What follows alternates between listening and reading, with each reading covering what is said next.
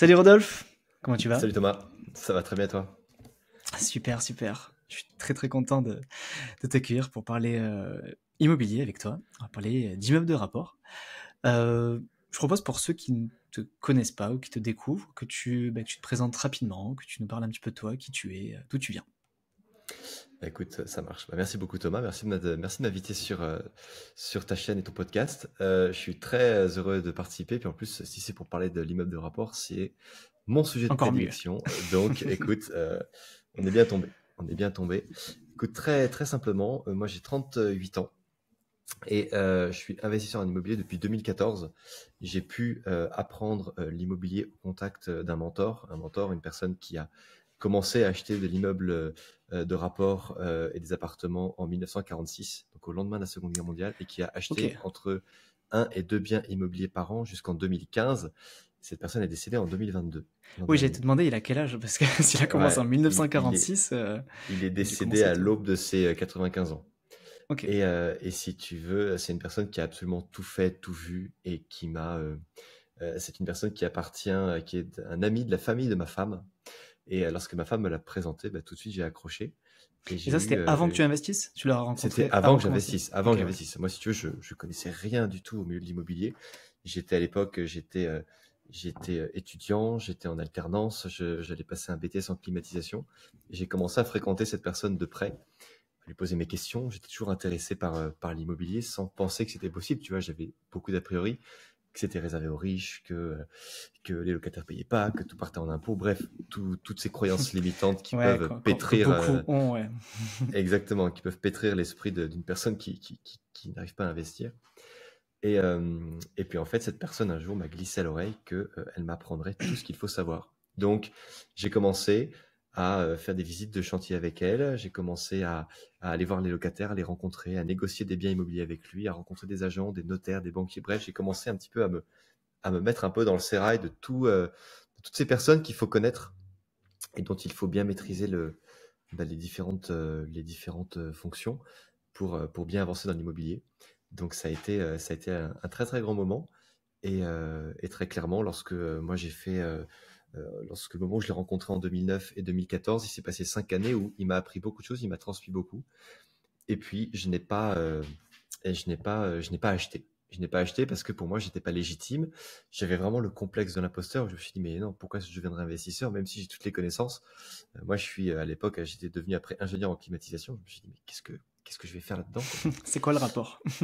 Et c'est exactement, c'est quoi le rapport? Et tu sais que, enfin, moi, je suis issu d'une famille où c'est important d'avoir un diplôme. Et en fait, le diplôme valide ta compétence. Mais en gros, si Hmm. t'as pas un diplôme, bah, t'es pas légitime pour le faire. Et Mais donc, ça ça, m'a beaucoup j'irais bloqué. J'ai plus. beaucoup travaillé dessus.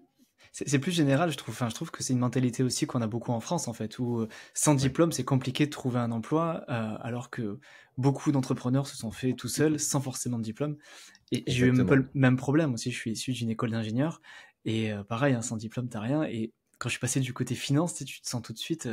Mais en fait, ouais, je veux pas investir alors que je suis diplômé d'école d'ingé. Et je Exactement. pense que dans ton audience, c'est pareil. Moi, j'ai énormément de gens comme nous qui ont fait des écoles d'ingé et qui finalement se mettent à investir massivement. Et enfin, je sais pas si tu as aussi ça dans ton audience, comme Alors, il y a aussi ça beaucoup. En fait, si tu veux, tu as vraiment des gens, c'est là où tu vois les personnes qui ont une âme d'entrepreneur ou pas. C'est que euh, soit on te met sur des rails et tu fais tout pour rester sur les rails parce que c'est la sécurité, c'est le confort, etc. Soit tu essaies un petit peu d'aller explorer un peu comme si tu faisais du hors-piste et que tu allais en dehors des sentiers battus pour découvrir de nouveaux horizons. Mais je t'avouerai que si aujourd'hui je fais un comparatif avec tous mes collègues d'école, c'est pas du tout ceux qui étaient premiers de la classe qui ont aujourd'hui, je dirais, la meilleure ah, c'est sûr. réussite. Tu vois, d'un point de vue pro, c'est même peut-être ceux qui ont fait le moins d'études, qui ont appris beaucoup plus sur le terrain et qui ont découvert beaucoup plus de choses.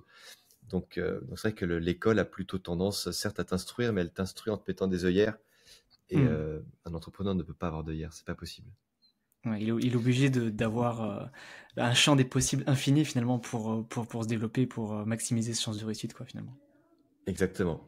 Et donc pour finir avec mon mentor, un jour, je faisais pour une énième fois une visite d'un immeuble de rapport que j'avais pas forcément l'intention d'acheter, alors qu'il était pourtant très bien. Mais et lorsque j'ai visité le bien, eh bien cette personne était là. Mon mentor était venu, avait fait le déplacement. Ma femme lui avait vendu la mèche et il avait pris le TGV depuis Paris.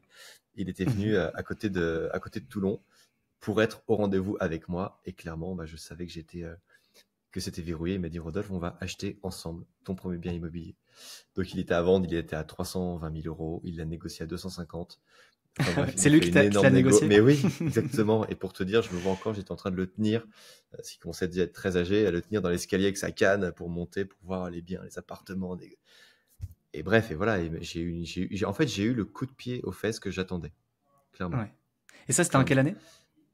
Et ça, c'était, écoute, on a signé le compromis de vente, ça devait être en décembre, c'était en décembre 2012 et je suis devenu propriétaire en février 2013. Mon tout Ok. premier bien. Voilà. Et donc, premier Donc, bien, c'était tout de suite immeuble ou t'as commencé par un plus petit bien? j'ai commencé par un immeuble de rapport. J'ai Ok. commencé par un immeuble de rapport parce que j'étais accompagné. Donc Hmm. voilà, j'ai pu le faire.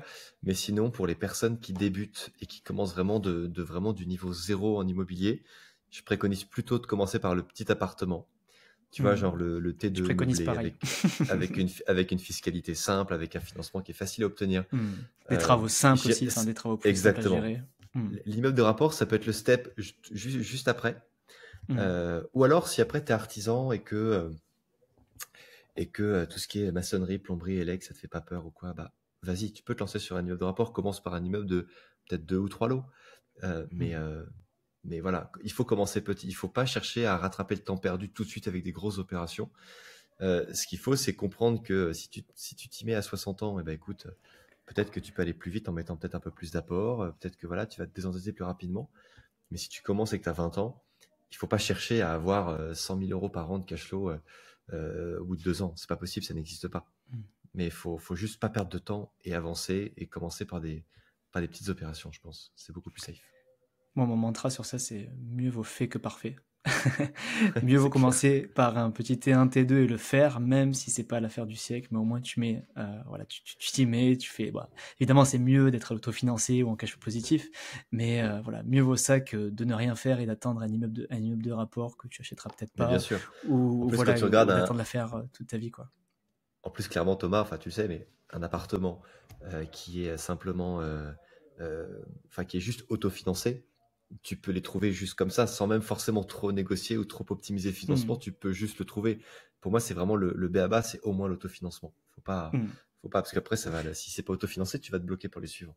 Bah c'est ça, Donc, après c'est clair, c'est compliqué. Donc c'est moi c'est pareil, hein. Je recommande minimum l'autofinancement et dans l'idéal du cash flow. Et puis après ça dépend aussi de la stratégie que tu mets en place, hein, si tu fais du nu, du meublé, de la LCD, tout ça. Mais tout à fait. yes. Du coup, donc là on est en 2012, t'as acheté ton premier immeuble de rapport. Ouais. Alors juste avant qu'on rentre dans les détails Attends, je me suis de... trompé, pardon, c'est fin Dis-moi, 2013, début fin 2014 2013. que Ah je. oui d'accord, parce que Oui, je me oui, disais que oui. t'avais démarré en Exact. 2014. Ouais, tout à fait. Pourquoi je me dis, bon, un an près. Ouais, donc avant peut-être de rentrer dans le détail de... Voilà, enfin vraiment qu'on creuse un peu le sujet de l'immeuble de rapport, est-ce que tu peux nous dire, en fait, entre aujourd'hui, enfin, ton premier bien et aujourd'hui, déjà où t'en es, combien t'as pu faire d'opérations, parce que je pense pas que malheureusement qu'on ait le temps de faire un épisode complet sur ton parcours, même si je n'en doute pas, il serait passionnant. Aujourd'hui, combien tu as de biens, voilà, à peu près combien tu as de biens, et est-ce que tu vis aujourd'hui de ça ou de ton activité principale? Tout à fait. Alors moi, si tu veux, aujourd'hui, on a une façon de faire avec ma femme. J'ai toujours tout fait avec mon épouse. Je possède rien tout seul. Il y a des choses que je possède avec uniquement mes frères, des opérations qu'on a fait à trois, et des choses que j'ai fait uniquement avec mon épouse. Aujourd'hui, on totalise 23 biens immobiliers, Ok, sachant que je n'ai jamais vendu de bien. ok. Là, sauf actuellement où j'ai un bien que j'ai justement besoin de vendre et je n'y Hmm. arrive pas parce que j'ai une attache d'affect, ce qui est pas bon du tout. Après, je me dis que c'est pas non plus une période pour vendre, donc ça me pousse justement à repousser l'échéance. Mais effectivement, j'ai toujours acheté des biens, j'ai toujours passé beaucoup de temps à les négocier. Et aujourd'hui, ce qui se passe, c'est qu'avec mon épouse, on a fait le choix, eh bien, de pas toucher en fait à l'argent que génèrent nos biens immobiliers. Le but du jeu, c'est d'avoir le maximum de cash flow, de placer ces cash flows sur des contrats sur des contrats de capitalisation, sur des contrats d'assurance vie, pour les faire travailler plus rapidement que le coût d'un prêt immobilier. Donc, c'est pour faire de Mhm. l'amortissement indirect. Ce qu'on fait, c'est que ma femme, mes enfants et moi, on vit uniquement sur le salaire de mon épouse. Voilà. Ok. Et puis après, au niveau de ma société de formation, le but, c'est de créer dans l'avenir, à moyen terme, j'espère d'ici 4 à 5 ans, une autre société pour faire de la réhabilitation de patrimoine historique. Donc le but du Ok. jeu, c'est ça en fait. Le grand rêve, c'est ça en fait, pour aller et Hmm. si tu veux la formation, le coaching en ligne, etc. C'est une marche dans l'escalier pour atteindre ce palier. C'est beau, super projet. Je suivrai Voilà, ça ouais, de ouais, près. beau projet. J'ai hâte justement de le mettre sur pied, d'avancer avec des compagnons, avec des artisans, avec beaucoup de choses. Il y a même un projet avec le ministère de la Culture qui s'impliquerait. Enfin, il y a beaucoup de choses. Parce qu'en fait, si Ok, tu veux, ce qui se super. passe, moi, ma grande motivation, c'est que je me suis rendu compte que quand il faut rénover un patrimoine ancien, c'est pas un problème d'argent. Il y a de l'argent pour ça. C'est qu'en fait, il n'y a pas la main-d'œuvre. Il n'y a pas les gens Hmm. qui savent tailler le bois, tailler la pierre, qui savent Bah, c'est ça, refaire ce une. qu'on faisait avant. Voilà. Ce que j'allais dire, c'est quelque chose qui se perd aujourd'hui. Enfin, tu vois, enfin, les tailles de pierre, je pense enfin, ça doit être super dur à trouver, quoi. Ouais, mais pourtant, il y a une demande de fou et une personne qui le fait, elle aura un travail à vie, quoi. Ah ouais, Donc, j'imagine. et en plus, c'est bien payé, quoi. Donc, si tu veux, Hmm. l'idée, ce serait d'arriver à monter quelque chose où on rénove et en plus, on peut réinsérer socialement et professionnellement des personnes qui étaient peut-être un peu égarées, Mhm. justement en les reformant. Évidemment, après, je parle pas de revenir au marteau au burin, hein, mais tu peux très bien rénover avec des technologies modernes, avec des tailleurs 3D, ce genre de choses, quoi. Ça existe aussi. Ok. Et du coup, avant de rentrer dans le sujet de l'immeuble de rapport, je voulais déjà un peu discuter avec toi parce que je sais que c'est des choses qui intéressent les auditeurs, c'est un peu l'actualité immobilière. Donc là, on enregistre l'épisode, on est en novembre 2023. Et bon voilà, l'actualité a échappé à personne, les taux ont remonté, on parle de retournement de marché, tout ça. Enfin, voilà, on entend beaucoup de gros titres, hein, il y a ce que disent les médias, ce qui se passe dans la réalité. Je voulais avoir toi un peu ton ressenti là-dessus, sur bah voilà, est-ce que tu sens qu'il y a un vrai retournement de marché? Est-ce que tu sens que il reste des opportunités aujourd'hui à faire dans l'IMO malgré les conditions actuelles? Enfin, avoir un peu ton ressenti là-dessus. Alors, le marché, il s'est complètement retourné il y a à peu près 14 mois. À peu près, c'était septembre 2022. Là où en fait les taux ont commencé à remonter vraiment de manière importante. On prenait quasiment 1%, on prenait 1 point par mois, quelle que soit la durée du crédit. Mhm. Euh, pas exactement, mais voilà, pour l'idée. Et ce qui s'est passé, c'est que les gens ont complètement arrêté d'acheter de l'immobilier. Il y a beaucoup de personnes, notamment des notaires avec qui je suis très ami et proche relation, ils ne se payent plus et en fait ils arrivent à faire tourner leurs études notariales sur les successions, sur les donations, sur les divorces, sur un petit peu ce qui fait le fonds de commerce, mais tout ce qui était transactions immobilières, c'est complètement à l'arrêt. Il y a sur les 6 derniers mois, il y a 1500 agences immobilières qui ont mis la clé sous la porte. Donc il y a vraiment, enfin, tous ceux qui survivent dans ce milieu-là, c'est ceux qui faisaient autre chose. Les agences qui faisaient de Mhm. la gestion locative tiennent grâce à la gestion locative. Ceux qui faisaient que de la transaction, dépôt de bilan, liquidation, c'est terminé. Donc, si tu veux, il y a un vrai retournement du marché où on est passé d'une époque où les taux étaient très bas, période Covid, donc valeur refuge, crainte d'un effondrement de l'économie, donc tout ce qui est or, crypto, etc., immobilier, ça prend beaucoup de valeur. Sauf que le seul bien immobilier, le seul bien refuge, la seule valeur refuge pour lequel on te prêtera de l'argent, c'est l'immobilier. On ne te prêtera pas de l'argent pour acheter de l'or ou pour acheter de la crypto, encore moins. Ça c'est Donc, sûr. ce qui se passe, c'est que les gens se sont mis à fond là-dedans. Donc, en fait, ils ont aussi, il faut bien comprendre ça, c'est qu'il y avait un stock de biens à vendre qui a été complètement épuisé. Donc, on est arrivé à un moment où les biens étaient chers, il y avait peu de biens à vendre et beaucoup d'acheteurs parce que les taux étaient bas et les banques pas forcément très regardantes avec la BCE qui mettait pas forcément de frein à l'emprunt. Et là maintenant, lorsqu'ils ont vu qu'il y avait un risque pour la zone euro, il y a le HCSF, c'est le Haut Conseil de stabilité financière qui a émis des réserves et des contraintes par rapport au crédit auprès des particuliers, en disant que le taux devait être taux d'endettement maximum de 35%, Mhm. pas de crédit au-delà de 25 ans, etc., etc. Mais ça, c'est uniquement ce qui concerne les particuliers. Si tu investis aujourd'hui via une société, tu n'es pas soumis aux contraintes du HCSF. Quoi qu'il arrive, les gens peuvent emprunter, une personne qui pouvait emprunter 200 000 euros il y a 3 ans, aujourd'hui, elle peut emprunter que 150 000 euros à revenu égal uniquement parce que les taux ont augmenté. Donc, ce qui se passe, c'est que les gens peuvent emprunter aussi facilement qu'avant, mais ne peuvent pas emprunter autant qu'avant. Tu vois ce que je veux dire? En fait, Ouais, il y a que le donc ça taux qui a tire augmenté. forcément, ça tire Donc, forcément les prix à voilà. la baisse, quoi. En théorie, vu qu'il y a moins de pouvoir Ça d'achat. tire les prix à la baisse. Et après, tu as aussi une latence. C'est-à-dire que les gens qui vendent leurs biens immobiliers, eh bien, attendent, n'osent pas encore se raisonner en se disant que les prix baissaient et ils affichent encore les prix d'avant. Mais si tu vas sur des sites internet comme Castorus ou quoi, eh bien, tu vois clairement que toutes les annonces sont en train de baisser, quoi, au niveau des biens immobiliers. Et en fait, quand ça commence à baisser, si la personne, elle met son bien immobilier, elle le passe de 200 000 par exemple à 180, tu peux être sûr qu'à 160, il part. Donc en fait, il ne faut pas hésiter en fait à proposer des prix bien en dessous de ce qui est affiché. Moi, une de mes grandes techniques, c'est de faire des visites sans regarder le prix de vente parce que je ne vais pas regarder le prix de vente, c'est pas le prix que je vais payer. Donc je vais pas me freiner justement. Donc certes, je fais beaucoup de visites immobilières qui n'aboutissent pas sur une vente, mais si tu veux, ça fonctionne toujours parce que je crée ma chance finalement. Mais alors, je reviens sur enfin, le retournement du marché. Parce que, je sais pas toi, mais quand je regarde les chiffres, j'ai regardé les derniers chiffres. Alors, comme tu dis, il y a toujours une latence et c'est peut-être ça qu'on ne voit pas encore. Mais j'ai l'impression qu'aujourd'hui, il n'y a pas de baisse actée. Alors, à Paris, Lyon, Bordeaux, oui, ça a commencé, voilà, et c'est les villes qui prennent le plus cher. Mais je vois qu'à Marseille, ça prend 7%, à Nice, ça prend 5%. Et, et j'ai l'impression qu'au global, dans la France, la baisse, elle est ultra, ultra contenue pour l'instant. Est-ce que tu as Alors la vu les baisse, mêmes chiffres que moi?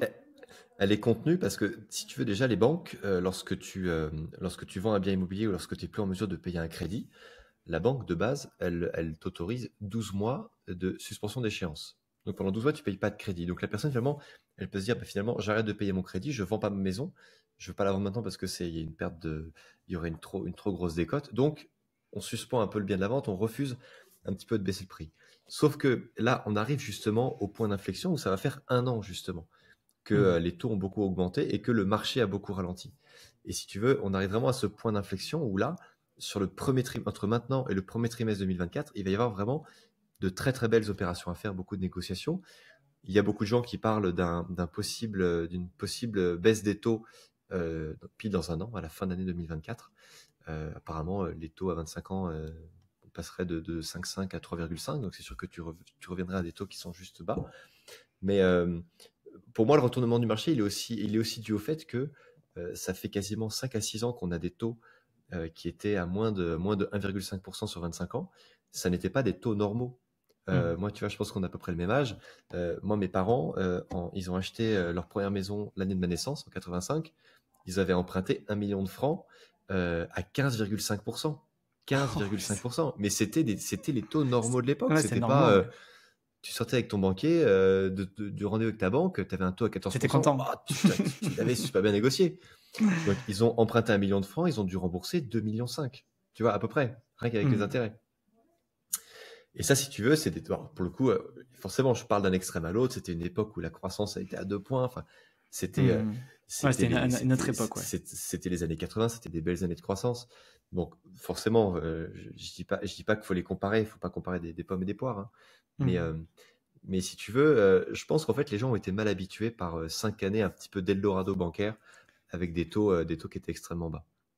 Donc, complètement. aujourd'hui, si tu veux, quand tu as un dossier qui est solide, quand tu as présenté à ton banquier un financement ou un dossier avec un appartement dans lequel tu prouves qu'il y a une très forte tension locative et que tu vas prendre une garantie loyer impayé sur ton locataire, bah la banque, c'est bon. Elle va pas trop regarder ta situation parce qu'elle sait que quoi qu'il arrive, le loyer va tomber et c'est le loyer qui va payer ton crédit.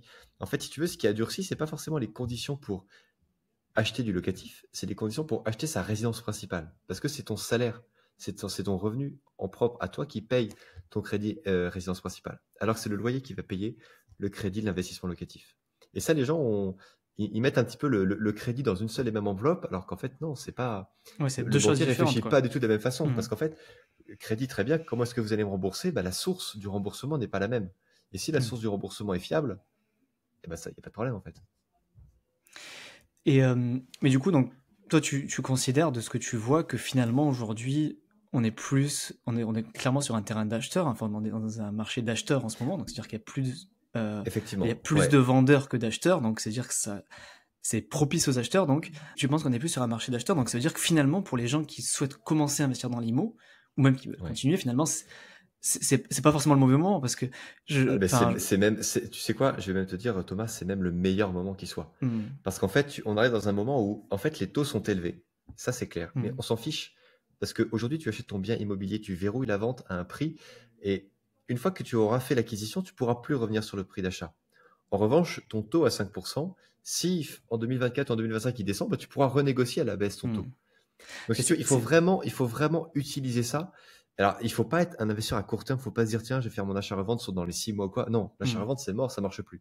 Il y a que cette logique d'acheter maintenant, de mettre en location ton appartement ou ton bien. Et en plus, ce que tu peux faire, c'est que tu peux même dire, tu peux même acheter aujourd'hui, au mois de novembre 2023, ton bien immobilier. Tu auras les clés au mois de janvier. Tu mets ton locataire à l'intérieur. Tu demandes la suspension d'échéance pendant 24 mois. Donc, en fait, tu vas payer que des intérêts et pas de capital. Et quand les taux auront baissé, eh ben, tu vas renégocier ton crédit pour faire baisser de peut-être 25 ou 30% ta mensualité. Et là, tu vas venir justement générer de la marge. Donc pour moi, on est dans une période. Alors c'est très contre-intuitif, tu vois. D'ailleurs, ça demande une explication qui est pas forcément simple et qui demande un petit peu d'agilité, de maîtrise des chiffres. Mais clairement, pour moi, ce qui fait beaucoup de bien, c'est que le marché fait peur actuellement et donc ça vire tous les touristes. Ce qui veut dire que l'investisseur qui a un Il y peu a moins de ténu, concurrence en fait. mais Moins de concurrence sur la chaîne. Donc tu peux moins de négocier. concurrence.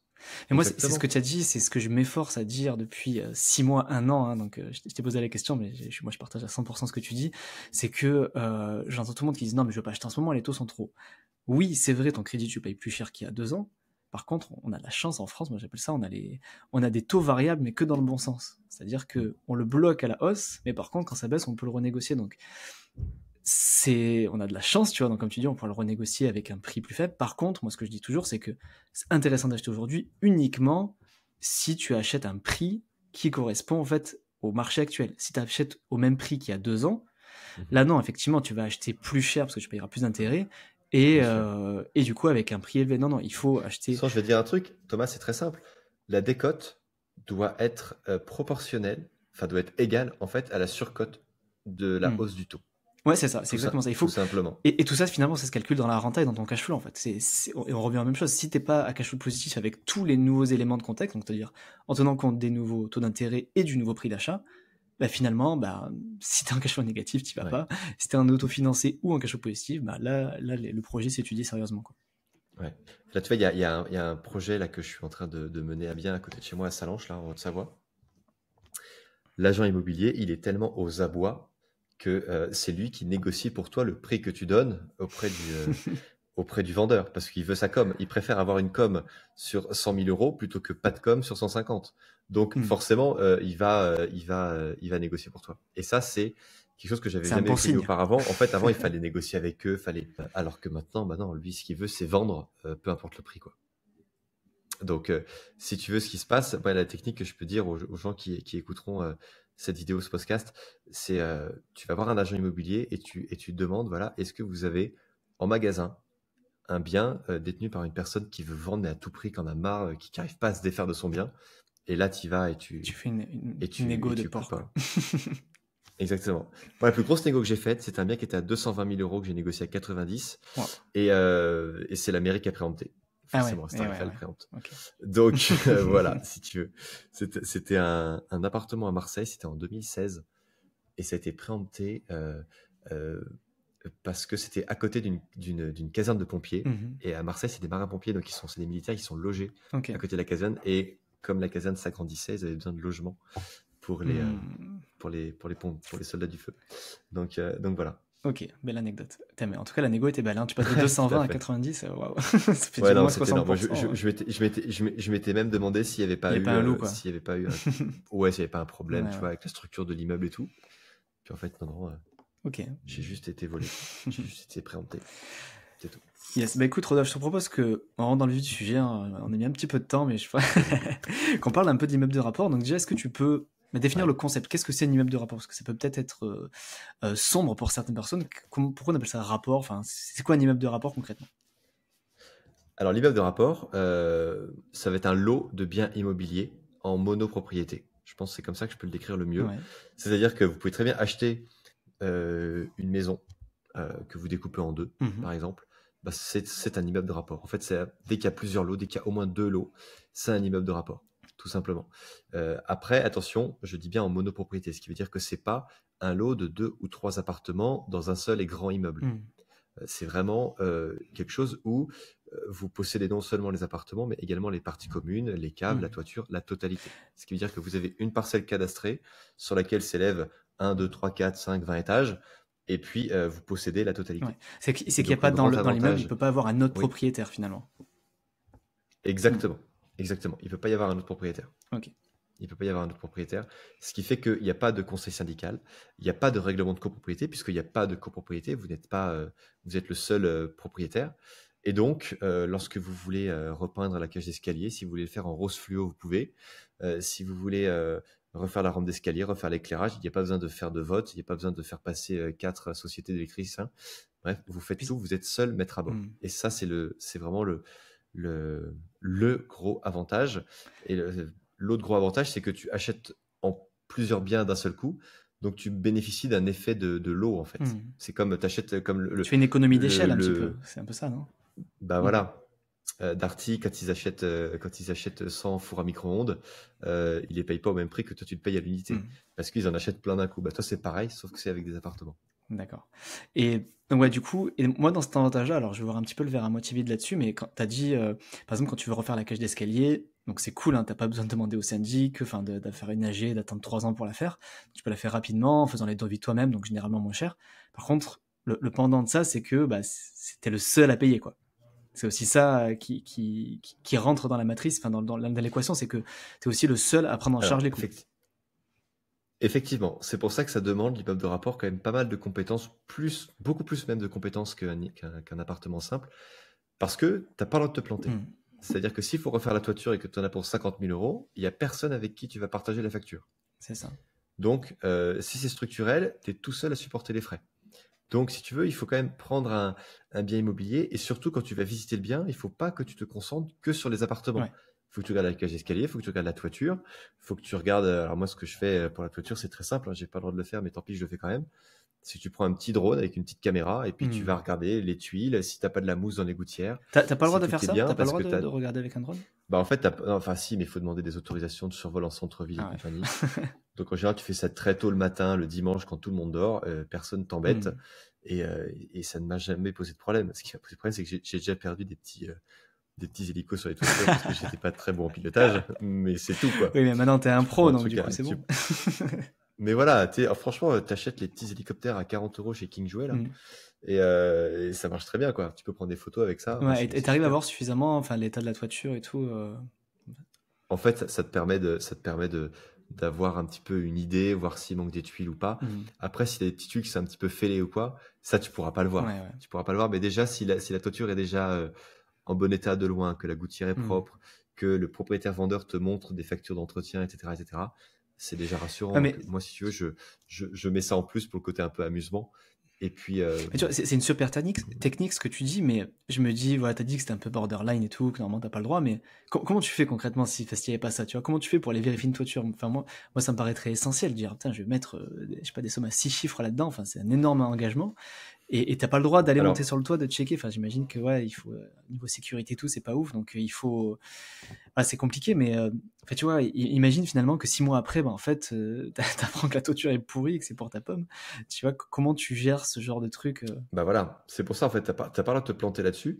Donc bah soit tu fais ça de manière 100% légale et tu demandes à un couvreur de monter, donc il va passer par une fenêtre, il va passer par un Velux, et puis voilà, lui après c'est son métier, donc d'un point de vue sécurité, il va se protéger.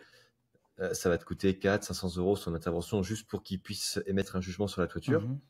Après, tu as Google Earth qui donne des photos de plus en plus précises, de plus en plus haute en qualité. Ça, c'est pas mal. Tu peux avoir une bonne idée déjà de l'état général. Hein, tu verras par rapport à la toiture du voisin déjà, si c'est pas un truc super rouge à super noir, tu vas dire bon, ok, c'est pas ouf. Exactement. Et un jour dans le midi, il y avait vraiment beaucoup de vent, et je pouvais pas faire il y a beaucoup de Mistral là où j'avais acheté à côté d'Avignon, et je pouvais pas faire voler mon petit drone. Donc en fait, j'avais pris à la fenêtre du dernier étage une perche sur laquelle j'avais accroché un rétroviseur de 4L que j'avais à l'époque où j'ai fait 4L Trophy, tu vois. Et je faisais ça et je regardais un petit peu à quoi ça ressemblait. D'accord. Et donc voilà. Et c'est un immeuble que j'ai pas acheté parce que la toiture était vraiment dégoûtante. Ok. Et heureusement que tu avais ce rétro. Je sais que bah, heureusement que je l'avais. Et puis la personne, après, j'ai parlé un petit peu en montrant un petit peu tout ce que j'avais pu apercevoir. Et elle m'avait dit qu'effectivement, ça faisait 20 ans qu'elle était propriétaire, qu'elle avait jamais fait 1 euro de frais sur la toiture, quoi. D'accord. Donc ça, c'est Ouais, pas, c'est pas c'est rassurant, pas bon quoi, parce ouais. qu'une toiture, certes, une toiture, ça peut tenir très longtemps, mais ça s'entretient, ça se démousse, ça se nettoie, ça s'étanchéifie. Enfin, voilà. Alors, je vais revenir un petit peu à la. Alors, tu as bien expliqué le concept d'immeuble de rapport, hein, donc nickel. Moi, la question que j'ai après, c'est ça va être quoi les avantages et inconvénients? Alors, tu en as déjà cité, hein, donc si je récapitule un peu ce que tu as dit et je vais te laisser compléter. De ce que tu as cité, dans les avantages, c'est que tu es le seul maître à bord, donc tu économises des frais de syndic, même au niveau des travaux, parce que c'est toi qui gères tout, ça va beaucoup plus vite. Tu es vraiment, voilà, on va dire, tu es vraiment propriétaire de tout l'immeuble, donc tu peux faire beaucoup plus de choses. Un autre avantage, c'est donc l'économie d'échelle que tu fais finalement avec le fait d'acheter plusieurs lots d'un coup. Donc, ça veut dire que tu vas passer une seule fois au notaire, une seule fois à la banque, tu fais qu'un devis travaux pour tout au lieu de faire pour plusieurs apparts. Dans les inconvénients qu'on a cités, c'est que du coup, vu que tu es le seul maître à bord, c'est aussi le seul à payer en cas de grosses factures. Qu'est-ce que tu verrais comme complément en gros avantage, un gros inconvénient d'achat d'immeubles de rapport? Alors pour l'inconvénient, pour les autres inconvénients, je vais te raconter une anecdote que j'ai eue il n'y a pas si longtemps que ça. De 2019 à 2021, avec ma femme et mes enfants, on est partis vivre en Nouvelle-Calédonie. Donc on était vraiment à l'autre bout du monde, hein. Pour ceux qui ne savent pas où c'est au large de l'Australie, au niveau de la côte Est. Et donc j'ai eu sur un de mes immeubles dans le Vaucluse un problème avec des intempéries et il y a eu une petite voie d'eau qui s'est ouverte à l'intérieur et il y a de l'eau qui a coulé sur le tableau électrique des parties communes. Et donc, ça faisait disjoncter en fait l'éclairage. Et donc, ce qui s'est passé, c'est que j'ai mis un temps fou à trouver une personne pour aller justement dépanner, remplacer la pièce qui avait disjoncté suite à ça, parce que j'étais très très loin. Et j'ai dû, et comme c'était une toute petite intervention, remplacer une pièce qui coûtait, je sais pas, une vingtaine d'euros, aucun électricien voulait se déplacer pour ça. Les électriciens, ils préfèrent se déplacer pour des gros chantiers, mais pour des petits dépannages, ça marchait pas. Et pendant 6 mois, mes locataires sont montés dans leurs appartements avec la lumière de leur téléphone portable. Voilà. Donc, je me suis dit que c'était quand même pas terrible. Et finalement, j'ai dû demander à mon père de passer chez Leroy Merlin, d'acheter un nouveau disjoncteur Legrand à, je te dis, à une vingtaine d'euros, de mettre 2 coups de tournevis et de le remplacer. Et ça a été réparé définitivement. Mais voilà, le gros conseil que je peux dire, j'aurais très bien pu éviter ça si l'immeuble avait été près de chez moi. J'aurais fait en tant qu'ancien technicien, ça m'aurait pris 2 secondes. Et donc en fait, si vous achetez des immeubles de rapport, ne les achetez pas trop loin de chez vous, parce que personne ne vaudra votre expertise et vos yeux en fait sur place. Et ça, c'est vraiment important. Parce que si vous commencez à mettre une agence immobilière qui va faire la gestion pour vous également de l'immeuble, ça revient à mettre un syndic et finalement vous perdez le bénéfice d'un immeuble de rapport. Donc faut être prêt et consacrer un peu plus de temps. Mais pour moi, c'est vraiment le seul produit qui induit la contrainte de ne pas acheter loin de chez soi. Il faut vraiment qu'il soit proche de chez vous. Alors, tu soulèves un sujet intéressant. Moi, je partage ton avis, parce que à refaire, tu vois, mon premier appart, je l'ai acheté à Marseille quand j'habitais à Paris. Là, en ce moment, j'en gère un à Paris, et puis ça me saoule. Enfin, quand tout va bien, ça va bien, mais quand ça va pas, c'est un peu relou. Bref. Et j'ai reçu Michael Ferrari. Tu dois peut-être connaître. Voilà, il est passé sur le podcast. Très bien, ouais. On se connaît bien. Il nous a raconté son expérience. Hein, voilà, il a à peu près la même expérience que toi. Hein. Il a une vingtaine de lots. Il habite au Portugal et lui il gère tout à distance. Et moi, ça m'a paru fou, quoi, de tout gérer à distance, surtout avec l'expertise qu'il a. Et lui, il m'a parlé d'une solution que je trouve super intéressante, parce qu'il n'est pas du tout pro-agence, comme moi, je suis pas du tout pro-agence. Enfin, même, j'ai eu une seule expérience que j'ai vraiment pas aimée.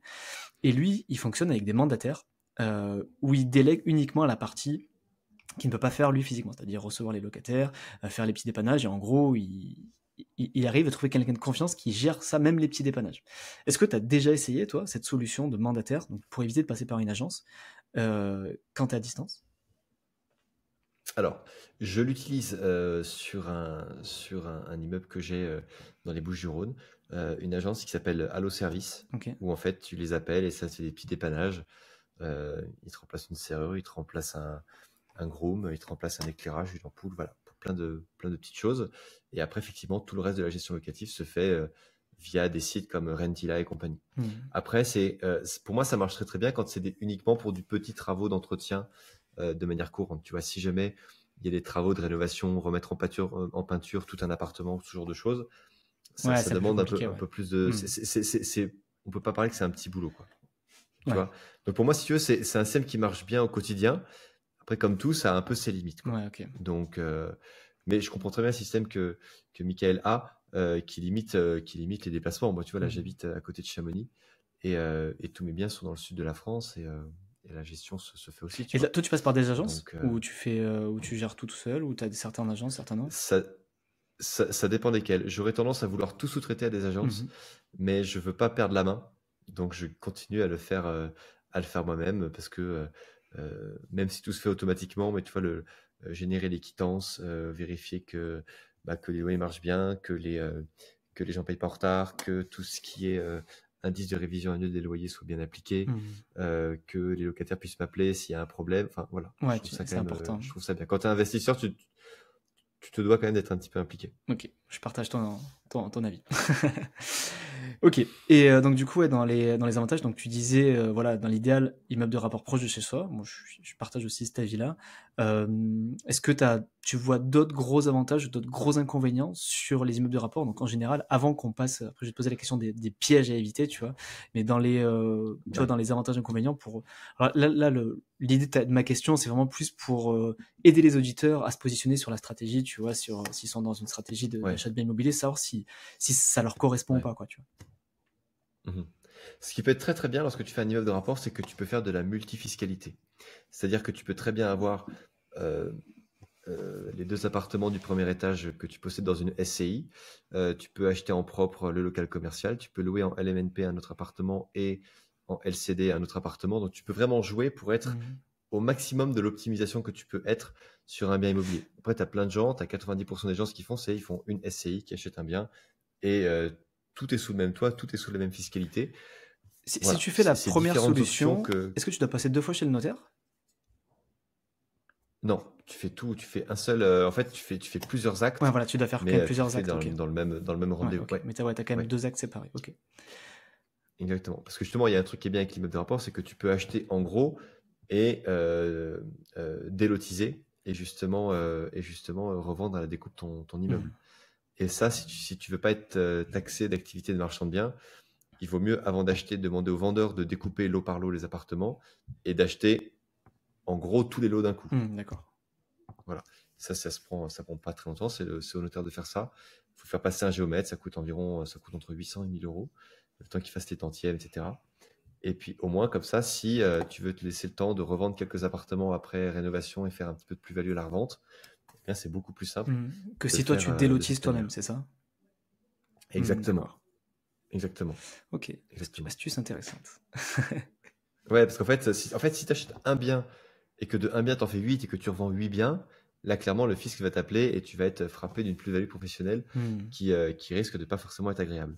Ok. Même si, à peu de choses près, c'est pas non plus très différent, mais ils vont pas aimer le principe qu'un particulier s'amuse à faire une activité professionnelle. Alors que si tu achètes 8 lots et que tu revends 8 lots, bon, bah, quelque part, t'as pas créé de nouveaux lots. D'accord. Ok, intéressant. Voilà. En plus, c'est super intéressant parce que, alors j'en parlerai dans mes futurs épisodes de podcast, je vais parler de mes projets pour 2024, mais moi en 2024, du coup, je vais être refinançable. Donc, alors pas avec, avec des conditions parfaites, mais on va dire je pourrais, et je prévois du coup un nouveau projet, et le nouveau projet potentiel que j'aurai, c'est soit une RP, soit un immeuble de rapport. Bref, le grand débat, on pourra en parler si tu veux, mais voilà, il y a des chances que je fasse un immeuble de rapport, donc du coup, les infos, je les prends aussi. Euh, Est-ce que tu peux nous dire un peu les pièges? C'est quoi, sur quels critères il faut être ultra vigilant enfin, Il faut, quelles sont les ouais. astuces, tu vois, pour éviter de perdre 50 000 balles, tu vois, enfin, on a parlé de la toiture tout à l'heure, mais j'imagine qu'il n'y a pas que ça. C'est quoi vraiment les trucs sur lesquels il faut être vigilant dans la mesure où on est seul à bord après? Alors, la première grosseur que tu peux faire, si c'est ta toute première opération immobilière, c'est de te lancer tout seul. Tout seul, tu maîtrises pas assez le financement, la fiscalité, les travaux, la gestion locative. Enfin, il y a trop de paramètres à gérer d'un seul coup. Et c'est comme te dire, bah non, je sais faire du vélo, je peux conduire une Formule 1 maintenant. Non, non, Hmm. apprends à conduire une, Une voiture, une Clio, puis après tu passeras une Porsche, puis après tu passeras à autre chose, mais fais étape par étape, quoi. Voilà, c'est un peu ça l'idée. Après, tu as aussi autre chose. il faut vraiment veiller à la monopropriété. C'est-à-dire que si le vendeur te dit oui, c'est de la pleine propriété, sauf un studio qui appartient à ma belle-sœur, mais bon, c'est que 1% de l'immeuble, c'est rien du tout. Hmm. Non, Ok. surtout pas. C'est vraiment un motif de refus complet de la vente parce que si vous avez 90% de l'immeuble et qu'une autre personne a 10% de l'immeuble, cette personne, non seulement elle a autant de droits que vous, justement, pour les décisions de la copropriété, D'accord. sauf que les factures, Ouais, c'est toi 90%, c'est qui. vous qui avez payé. Donc si elle dit oui, hop, je vote, on refait la toiture, il y en a pour 50 000 euros, et ben vous allez payer 9 fois 5, 45 000 euros sur les 50 000. Ouais. Donc Mauvaise si tu idée, veux, ouais. c'est... Surtout sur le paiement des voilà, travaux, très mauvaise idée, ouais. Ok. exactement. C'est pour ça qu'en fait, vous devez, si vous achetez plusieurs lots au sein d'une même copropriété, veillez à ne jamais être majoritaire. Parce que ça ne vous donnera pas plus de pouvoir en fait aux réunions de copro. Mhm. Donc en revanche, si vous avez 30% de l'immeuble, vous allez avoir 30% de poids dans les décisions. En revanche, si vous avez 60% de l'immeuble, vous n'aurez que 50% parce que on dit que c'est pour éviter un peu la loi du plus fort, le propriétaire majoritaire voit ses droits de vote plafonnés à la somme de tous les autres, D'accord, ok. Ouais, pour éviter une des majorité autres absolue copropriétaires. et qu'il décide de tout quand il veut. Ok. Exactement, Donc s'il y en a exactement, qu'un autre qui a 10%, exactement. au final, il peut pas voter plus que pour lui, quoi. Enfin, c'est ça. Tout à fait. Ok. Après, les autres soucis, ça peut être de regarder que les appartements et de pas regarder la structure, de pas regarder les caves, Hmm. de pas regarder la toiture. Voilà, d'être un petit peu négligent là-dessus, alors que c'est super important. Super Parce que tu vois, on a important. parlé de la toiture et Et tu as donné les astuces, ouais, mais par exemple, moi je sais que l'autre gros truc, enfin, faire attention, c'est la façade, tu vois. Je pense que tu dois savoir, c'est la façade, ouais. c'est ce qui coûte aussi le plus cher quand on refait. Comment tu fais, tu vois, pour vérifier qu'une façade va pas de, enfin, que la mairie va pas, parce qu'au final, là, c'est pas les autres copros qui vont demander, ça va être plutôt la mairie qui pourrait te demander de la refaire. Comment tu peux t'assurer que la Ouais. façade est plutôt en bon état? Alors évidemment, tu la vois, mais est-ce que tu as des petites astuces? Je sais pas s'il y a des fissures, est-ce qu'il faut s'inquiéter? Quelle taille de fissure? Enfin, tu vois, est-ce que tu as des petits tips là-dessus à nous donner? Alors en fait, ça va beaucoup dépendre du bâtiment, mais de base, de manière générale, lorsque c'est des immeubles de gamme un peu moyenne, tu vas avoir toute la construction extérieure qui va être en mur de pierre avec du crépi, mais tu as toujours en général les tours de fenêtres qui sont un petit peu en pierre de taille, etc. Mhm. Et là, tu peux regarder si tu as des fissures au niveau des fenêtres, dans les coins par exemple, ce genre de choses. Est-ce que les volets, par exemple, sont bien droits? Mhm. Tu vois? Est-ce que tu as des petites fissures? Si c'est des fissures qui sont soit verticales, soit horizontales, de manière générale, c'est pas trop grave. Les mauvaises fissures, elles sont en diagonale, ce qu'on appelle les lézardes. Ouais. Donc ça, c'est important. Donc ça, c'est uniquement ce que tu peux voir de l'extérieur. Après, il y a tout ce que tu as à l'intérieur. Si tu vois que c'est un immeuble très ancien et que les marches de l'escalier ne sont pas droites, à l'époque, les artisans, ils travaillaient bien, hein. Ils faisaient un escalier qui était droit. Donc si l'escalier a bougé, c'est qu'il y a tout l'ensemble qui a bougé. Moi, ce que je fais, c'est que je me balade systématiquement avec une balle de golf dans la poche. Et en fait, tu poses la balle de golf au centre d'une pièce et puis tu vois si elle Excellent, part d'un ouais. côté ou d'une autre. Du coup, tu, tu, Et tu là, viens, ça veut dire tu viens équipé que aux visites, hein, t'es avec ton rétro de, ton rétro de Clio, la balle de bah, golf et le drone. ouais, mais tu verrais l'autre jour, ma femme, elle m'a un peu rouspété parce qu'il y avait un bazar dans la voiture. Il y avait tout mon petit matériel C'est la boîte à de, outils de ouais, l'investisseur, quoi. c'est un peu ça. C'est un peu ça. Après, tu regardes les portes. Tu regardes les portes d'une chambre, par exemple. Si quand la porte elle est ouverte à moitié, elle se referme toute seule ou qu'elle s'ouvre toute seule, bah, c'est que le chambranle il a Hmm. bougé. Tu vois? Bah, c'est plein de petites choses comme ça qui montrent. Alors après, qu'un bâtiment ancien ait bougé, c'est pas trop grave parce que c'est des poutres en bois, ça peut bouger un petit peu, mais il y a quand Il y a même des limites, des, quoi. il y a Ouais, quand le même coup des de la balle de limites. golf, moi, ça m'avait fait Ouais, une fois, hein. J'ai vu enfin, que le truc, la balle, elle a roulé, mais j'ai dit, waouh, non, ça, je me sens pas prêt à engager ce voilà, type de t'as vu travaux, ça. quoi. Alors, il y en a peut-être qui se sentent à l'aise avec ça, mais je pense que quand c'est notre premier immeuble, je sais pas si c'est vraiment une bonne idée de prendre un truc Exactement. ultra fissuré dans tous les sens. Alors souvent dans les anciens immeubles, les portes de chambre sont d'origine, elles n'ont pas été changées. En revanche, souvent les fenêtres, elles ont été changées par des fenêtres en PVC. Mhm. Et là, tu peux voir si le bâtiment bouge beaucoup, c'est que si tu as un peu de mal à fermer la fenêtre parce qu'elle frotte un peu au niveau du truc ou quoi, c'est qu'il y a tout le cadre qui a bougé, donc ça veut dire que le bâtiment, il est encore en train de bouger. Et ça, c'est Mhm. pas bon Et du ouais, tout. c'est-à-dire qu'il a Donc bougé bref, enfin, il y a entre plein le de... moment où ils ont changé les fenêtres et le moment où tu les regardes, quoi. et- Exactement, Mhm. exactement. Donc ça, voilà, ça c'est plein de petites techniques. Ça c'est plus voilà par rapport par rapport à la structure. Et si après, tu as une fissure sur les murs porteurs, hein, donc les murs qui font au moins 10 cm d'épaisseur, voire plus, si jamais tu as des fissures et que ça t'inquiète, en général, l'intuition est assez bien faite, hein. La fissure qui t'inquiète, tu vas la voir. Il faut que tu fasses passer un expert. Hmm. Le mieux, c'est que tu appelles une assurance et tu demandes à parler à un expert d'assurance et tu demandes à ce qu'il se déplace. Donc ça va coûter 150, 200 euros.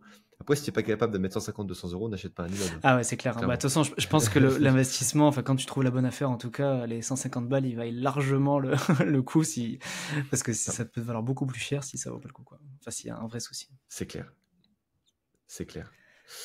Donc ça, et puis aussi le fait que dire les gens ils disent, t'en as plein qui achètent des immeubles de rapport en disant oui c'est super, il n'y a pas de copro et tout, mais finalement ils achètent ça plus cher que s'ils avaient acheté lot par lot. Hmm. D'accord. Tu vois? Ah, tu dis non. Faut au moins avoir une décote de minimum 20% sur le total, sinon ça vaut pas le coup. Ça vaut pas le coup pour toutes tes contraintes, parce que tu dois aussi te gérer l'escalier, tu dois gérer Bien la sûr. personne, Tu l'homme ou gères la le femme de risque ménage qui va finalement. faire Enfin, tu l'entretien des parties. rémunères ton risque en fait. Bah bien sûr, Hmm. bien sûr. Si tu as des locataires qui stockent à la cave des denrées alimentaires et que t'as un développement de rongeurs, bah, c'est à toi d'installer Hmm. les raticides et compagnie. Enfin, tu vois, tu as plein de petites choses comme ça quoi, qu'il faut s'y tenir compte. Et aussi, c'est que la dernière grosse erreur, je pense, c'est les gens qui achètent un immeuble de rapport dans le but de le découper et qui ne prennent pas le temps de vérifier qu'il y a bien un compteur d'eau par appartement, un compteur électrique, un compteur de gaz. Pourquoi? Parce que si jamais tu dis bah non, il n'y a qu'un compteur pour l'immeuble, c'est pas grave, je demanderai à EDF de poser d'autres compteurs. Ouais, EDF te pose des compteurs si la mairie le valide. Bien sûr. Et si la mairie ne valide pas comment dire, la découpe, donc la découpe officielle, bah, tu n'as pas le droit de le faire, tout simplement. Ok. Donc ça, c'est pareil. Ça demande aussi des compétences administratives. C'est pour ça qu'il c'est bien d'avoir un notaire qui est compétent dans tes contacts. Parce qu'après, j'imagine que tu peux, voilà, dans l'idéal, tu peux demander à la mairie de pouvoir faire installer mais tout, mais bon, ça retarde aussi la vente parce que ça veut dire que tu dépends de ça pour que ton projet y marche, quoi. Enfin, si t'as Ouais. un compteur pour l'immeuble et qu'il faut que tu veux découper et que ton projet est vraiment très rentable que tu fais la découpe, du coup, ça doit retarder énormément la vente parce que j'imagine qu'il faut être sûr que la Exactement. mairie accepte avant de En pouvoir le fait, faire. admettons, tu achètes un immeuble de 4 lots. Tu as 4 lots. Tu as un compteur électrique, un compteur de gaz, un compteur d'eau pour les 4 lots. Et là, tu veux diviser. Et bien pour la mairie, tu vas passer de 1 lot à 4 lots. Tu vas donc créer 3 lots. Qui dit création de logement dit création de places de parking obligatoire en plus. Donc tu vas être dans l'obligation, et parfois tu es dans des centres-villes anciens, tu n'as nulle part où garer ta voiture, mais la mairie te l'impose. Donc parfois tu peux pas. Donc ça fait vraiment partie des choses, des prérequis à bien maîtriser avant de se lancer là-dessus. Ok. Ouais, on va dire que dans l'idéal, si c'est le premier immeuble de rapport pour quelqu'un, mieux vaut pas trop commencer à jouer avec ça, quoi. Enfin, c'est peut-être bien dans un second temps, mais Exactement. pour un premier immeuble, peut-être faire en sorte de ne pas mélanger immeuble de rapport et découpe, quoi. Ça fait peut-être beaucoup pour un premier projet Exactement. d'immeuble. Ou alors tu te fais accompagner. Moi je sais que j'ai des coachs dans mon équipe qui sont spécialisés là-dedans et c'est justement le but du jeu, c'est d'accompagner les apprenants à vérifier tous les paramètres, à ne rien oublier. Ouais. Quoi. Non, mais complètement, de toute façon, comme toujours, hein, mieux vaut se former que, que faire n'importe quoi, surtout dans ce genre de projet où voilà, la moindre erreur C'est peut clair. coûter très très très cher, quoi.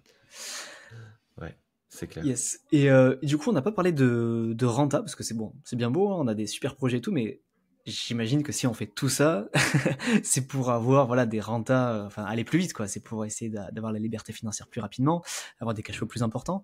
Est-ce que tu donnes un minimum de renta brut, net à avoir sur ce type de projet? Quels sont, on va dire, tes ordres de C'est 12. grandeur à peu près? Il faut que tu sois à 12% brut. Ok. Je parle pas en net, hein, je parle en brut parce qu'après ça dépend si tu fais CI, IR, Alors, IS, hors ça fiscalité. dépend, Moi, je te parle le vraiment net. du hors fiscalité parce que Ouais, ça ouais. dépend, mais Oui, du brut, ouais. mais du coup, finalement, 12. le brut est quasiment égal au net, finalement. Alors, quand je parle de net, hein, c'est-à-dire on enlève les charges, mais du coup, il n'y a pas de charge copro, mais j'enlève la taxe foncière au moins. La taxe foncière et les éventuelles autres charges, je sais pas moi, petit entretien, assurance, tout ça. La différence entre le brut et le net, elle est vraiment si infime que ça pour que tu considères te focaliser que sur le brut? Alors, non, elle est pas infime du tout. En général, tu as quand même 2 à 3 points de différence entre le brut et le net. Hein. Ouais. Mais tu vois, par exemple, la différence entre rendement net entre, je sais pas, du LMNP micro et du et du régime réel en foncier, par exemple, tu vas avoir une différence qui va être juste énorme entre le brut et le net, quoi. Donc après, je préfère parler en brut parce que c'est aux gens après de savoir quelle fiscalité ils vont choisir pour savoir est-ce qu'on amortit le capital, est-ce qu'on est plutôt sur une base forfaitaire avec un abattement de 30 ou 50%, ou est-ce qu'on passe toutes les charges au réel, tu vois. Ouais. Ouais, là, tu parles de la Donc, partie fiscalité propre à chacun, mais moi j'essaie de faire la différence. Enfin, je sais pas si tu es d'accord avec moi, mais moi je calcule toujours 3 rendements en fait. Il y a le rendement brut, hein, de vraiment la base sans aucune charge, le rendement net où on enlève les charges obligatoires. Alors, quand on n'est pas dans l'immeuble rapport, tu as les charges de copro, la taxe foncière, la PNO, bref, toutes les charges liées à l'exploitation. Et ensuite, il y a ce qu'on appelle le rendement net, c'est là tu fais rentrer la fiscalité de chacun, tu vois. Et, et du coup, ma question, c'est donc tu te fixes une renta brute de 12, mais la renta nette, donc hors fiscalité propre à chacun, donc tu considères qu'il y a à peu près 2-3 points d'écart à chaque fois, vu qu'il y a un peu moins de charges que sur un appart simple. Bah moi, ouais, effectivement, parce qu'en fait, tu as très très peu de charges. Enfin, moi, je vois, là, je faisais le point sur un immeuble à Cavaillon. Enfin, pour 6 appartements, je dois avoir 30 € de charges par mois, tu vois. Ah ouais. J'ai le forfait ménage et j'ai l'électricité des parties communes. Ok. C'est tout. Tu vois, c'est ça aussi qui est bien, c'est qu'en fait, quand on achète un immeuble de rapport avec 5-6 logements, eh bien, à part Tu ça, mutualises les coûts, quoi. Ouais. t'as pas d'autre entretien. Ça devient très cher les copros quand t'as un parking souterrain avec des portes automatiques, quand t'as un gardien qui est là en permanence, quand t'as des espaces verts avec de l'entretien, enfin voilà, quand t'as un ascenseur, enfin voilà, ça peut. Ça explose, ouais. T'as des appartements, tu peux monter à 300 € par appartement et par mois de charges de copro, quoi. Ok. Ok, donc ouais, 12 brut et on va dire 9-10 net, finalement, c'est ce que tu vises pour que ce soit rentable. Et dans ces cas-là, tu es toujours à cash flow positif, j'imagine. Ah oui, de toute façon, le cash flow positif, il y a 2-3 ans, c'était 7%. Aujourd'hui, avec les taux qui ont augmenté, le cash flow positif faut être à 8% Ok. pour être cash flow positif. Et toi, aujourd'hui, quand tu fais un projet ou quand tu en recherches un, est-ce que tu as un montant minimum? Après j'imagine ça dépend des prix aussi, mais tu arrives à te dégager combien, toi, sur un. Je sais pas, moi, si tu nous parles de tes derniers projets, combien de cash flow positif tu arrives à te dégager, toi, à peu près? Écoute, sur un immeuble que tu vas payer dans les 400-450 000 €, tu peux arriver à sortir entre 12 et 15 000 € de cash flow annuel. Ok, donc ça fait quasiment 1 000 € par mois, finalement, donc de cash flow, quoi. Ouais, voilà. Ok, donc brut, Voilà. j'imagine. Alors ça, voilà, c'est une opération standard que tout le monde peut faire. Après, tu peux être beaucoup plus exigeant. Mais là, si tu veux, j'ai fait beaucoup d'opérations très rentables par le passé. Et maintenant, je cherche des immeubles un peu plus haut de gamme qui vont prendre plus de valeur dans le temps. Plus patrimonial que de rendement. Exactement. On est plus dans du patrimonial que dans du rentable. Ok. Donc voilà, mais moi, je préconise toujours de commencer par de l'ultra rentable parce que cash is king. Donc, tu fais rentrer ça au maximum. Comme ça, la banque te prête. Et puis après, quand tu as les revenus que tu souhaites atteindre et que tu veux continuer à faire de l'immobilier, tu peux passer sur du patrimonial. Pour le très long terme, c'est beaucoup mieux. Ok. Ok, bah écoute, merci Rodolphe. Je pense qu'on a fait un bon petit tour. Est-ce qu'on a oublié des choses ou des trucs que tu aimerais rajouter sur l'achat d'immeubles? Enfin, je parle encore des pièges à éviter ou des petites astuces, voilà, des petites pépites que tu nous as déjà beaucoup partagées. Des petites pépites. Qu'est-ce qu'il pourrait y avoir d'autre comme D'autres points petites d'attention, ou pépites d'autres points d'attention, tu vois, d'autres points d'attention sur lesquels il faut être vigilant. Parce qu'après, bon, on n'a pas trop parlé fiscalité, mais enfin, on en a quand même dit un mot. Tu as dit que un des avantages, c'est qu'on peut mettre la fiscalité qu'on veut. Et bon, j'imagine. Alors après, je sais que c'est propre à chacun et que chacun doit faire sa situation, mais j'imagine que dans la majorité des cas, les mieux, ça va être LMNP au réel, donc bien sûr, dans les limites du plafond. Et après, SCI-LIS, c'est ce que j'imagine la plupart des gens font en immeuble de rapport. Ouais, c'est ce qui est valable pour la plupart des gens. Après, bien sûr, il y a des exceptions. On peut faire du LMP, on peut faire du LIR aussi. Voilà, ça peut être très varié. C'est vrai que moi, je préconiserais quand même, tu vois, quand tu fais ton immeuble de rapport, de commencer vraiment par de la société, donc soit de la SAS, soit de la SCI, mais fiscaliser l'IS pour amortir le bien, parce que quoi qu'il arrive, même si tu sais que tu vas avoir une très grosse fiscalité à la revente, en cas de revente, ça reste un bien qui est purement rentable, finalement. Donc, dans un souci de rentabilité, il faut que tu dises que voilà, soit tu gagnes de l'argent à l'achat, soit à l'exploitation. Et je pense que l'immeuble de rapport, il est bien que à l'exploitation. À la revente, soit tu le revends, soit tu le délotises, soit tu le revends d'un bloc. Mais si tu le revends d'un bloc, il va être acheté par un autre investisseur qui va vouloir taper du prix aussi. Hmm. Donc, euh, il faut l'acheter pas cher en vous disant que vous allez le revendre pas cher, mais il faudra vraiment optimiser Ouais, au maximum l'exploitation, quoi. l'exploitation. Ok. Et LMNP réel, tu penses que c'est pas une bonne idée si bien sûr on est éligible par rapport au plafond et aux revenus? Alors, ça peut être bien aussi. Oui, ça peut être bien. Après, souvent, ce qui va se passer, c'est que dans les immeubles, tu vas avoir un, un local commercial au Ah, et rez-de-chaussée. que tu peux pas y Donc, mettre dans lui, le. bah, Ouais. tu peux pas. Et Hmm. voilà. Voilà. Moi, pour l'instant, j'ai jamais eu d'immeuble de rapport où tu n'avais pas Ouais, de commerce. de locaux commerciaux au rez-de-chaussée. D'accord. Tu vois. Mais si t'en as pas, ça Donc, pourrait être un truc à exploiter. ouais, c'est vrai. C'est vrai. Si t'en as pas, ça peut être un truc à exploiter. Tout à fait. Ok. Ça peut être bien de l'exploiter. Et après, tu peux également exploiter différemment ton local commercial. Soit tu te mets un locataire, un bail commercial classique, soit, je sais pas, tu fais une laverie automatique, tu mets je sais pas moi, enfin, tu mets quelque chose qui peut tourner un petit peu de manière autonome, tu Mhm. vois. Ça peut être bien aussi. Ça peut être bien aussi. Ok, ouais. Intéressant. Moi, tu vois, par exemple, j'ai mis à disposition dans un de mes biens à Toulon, j'avais une salle au rez-de-chaussée qui était trop petite pour être louée en studio et qui n'était pas pratique pour un commerçant. Et ben, j'ai mis un lave-linge et un sèche-linge à disposition de tous les locataires de l'immeuble. Ok. Et ils sont contents parce que ça leur fait une belle place de dégager. Tout le monde est super respectueux, chacun a son jour pour faire du linge. Et puis c'est moi qui offre l'électricité en plus. Bon, je le paye dans les charges. Mais, mais voilà quoi. Donc ça fait partie des petites choses qui font que les gens aiment bien être là et restent plus longtemps en fait. Ok. Tu vois. Ouais, ouais. Alors que ça m'a coûté quoi? Ça m'a coûté deux machines à 500 € pièce quoi. Ouais, ouais. Donc finalement, intéressant pour tout le monde, Ouais, donc quoi. finalement Hmm. finalement c'est rentable quoi. Finalement c'est rentable. Ça, qu'est-ce que je pourrais dire d'autre? Ouais, ne pas avoir peur de la structure, hein. Les immeubles sont quand même solides, hein. Tout n'est pas comme à Marseille où tout s'effondre. Il y a des points d'attention qu'il faut vraiment regarder. Euh, Moi, ça m'est arrivé de parler avec des gens dans un immeuble avec des fissures énormes et je me suis dit, mais je ne veux pas rester dedans, je veux dire, il va me tomber dessus. Et les locataires disaient oui, la nuit, ils disaient à l'agent immobilier, oui, d'ailleurs, il faudrait qu'on vous reparle, mais ça continue à craquer la Oh nuit. là Ah là. ouais, mais si vous entendez l'immeuble qui craque la nuit, puis après, ça fait les gros titres, quoi. J'ai dit, mais attendez, c'est interdit, ça. Là, on est proche du marchand de sommeil, là. Ouais, Ah là, ouais, c'est. Alors pourtant, l'immeuble était propre, hein, Hmm. mais quand il y avait une fissure, il refoutait du plâtre, un coup de pinceau, c'était Ah fini, ouais, ouais. quoi. Donc, si tu veux, Cacher la misère, quoi. le plâtre, ça tient pas un immeuble. Ouais, c'est clair.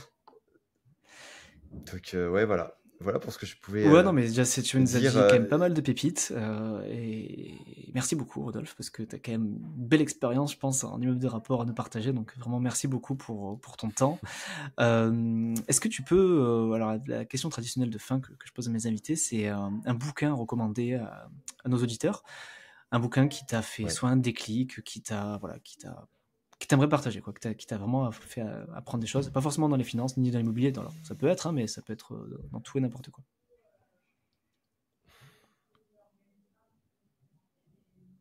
C'est une bonne question. Ah, t'étais pas préparé. Non, j'étais pas du tout préparé à ça. Parce que oui, je pourrais dire des livres de développement personnel que j'ai lus et que j'ai appréciés et tout. Ou Euh, le dernier, un des derniers mais, qui t'a marqué. mais sinon c'est plus Ok. un roman qui date des années 80, où justement ça parle d'une personne qui part de rien et qui construit un empire immobilier impressionnant. Ça s'appelle Cain et Abel Ok. et, l'auteur s'appelle Jeffrey Archer. Ok. En Voilà. français. Donc, et il est en français, il est très bien traduit, Ok, donc ça super. marche très bien aussi. C'est un bon roman, Ouais. mais waouh, c'est vraiment un livre que tu dévores, quoi. Ok. Voilà, Bon, ben voilà. merci pour. Sinon, dans les livres de dev perso classiques, je trouve que L'autoroute du millionnaire Ouais, pas mal. est particulièrement pertinent. Ouais. Voilà, mais je pense qu'il revient souvent Ouais, celui-là. c'était pas le premier qui le dit.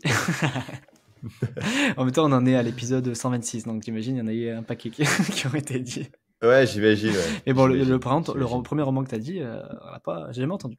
Donc, intéressant. Ouais, je répète, hein, Vas-y. Cain et Abel, donc Cain, Kane, et Abel, Mhm. Abel, de Jeffrey Archer, Archer, Archer. Ok. Voilà. Un lord britannique qui a une plume un petit peu à Alexandre Dumas, donc c'est très sympa. Super. Et tu peux nous dire peut-être où on te retrouve, ceux qui veulent te suivre, suivre tes aventures, où est-ce qu'on te Ouais, retrouve? bah écoute, tous les jeudis à 16h, il y a une vidéo qui sort sur ma chaîne YouTube sur différents sujets, Mhm. toujours liés à l'immobilier. Moi, je fais pas de crypto, de e-commerce, de trucs comme ça. Je reste focus sur ma zone de génie qui est Mhm. l'immobilier. Et, euh, et donc voilà. En revanche, on peut parler de fiscalité, on peut parler de studio, de parking, de box de stockage, d'immeubles. Bref, d'immeubles, d'immobilier. Yes. Donc tous les jeudis à Toujours. 16h, non, Et tous les jeudis, tu m'as dit 1 heure, je sais plus. Tous les jeudis sur ta chaîne ouais, YouTube à ouais, c'est 16h, ça. ok. Tous les jeudis à 16h. Une vidéo YouTube. Exactement. Tous les jeudis à 16h. Exactement. Et pour les personnes qui veulent avoir des documents à télécharger, des checklists, des tableaux de calcul, je donne plein de documents gratuitement sur mon site internet. Mhm. Ils vont sur monsieurrodolphe.fr et ils vont dans l'onglet ressources. Et il y a une douzaine de documents à télécharger, des règlements de copro, des Trop règlements bien. intérieurs pour gérer les relations entre colocataires, bref, plein de choses. Parfait. Écoute, Rodolphe, un immense merci à toi de nous avoir partagé ton temps, tes connaissances et ces pépites sur les immeubles de rapport. Mais tu rigoles, ça m'a fait plaisir. Non, c'était vraiment cool. Et puis ouais, je mettrai tous ces liens en description. Et puis écoute, j'espère à très bientôt. Ça marche. Merci beaucoup Thomas. À bientôt. À bientôt. On fait la route ensemble. Bah oui, bien sûr. Ciao, salut.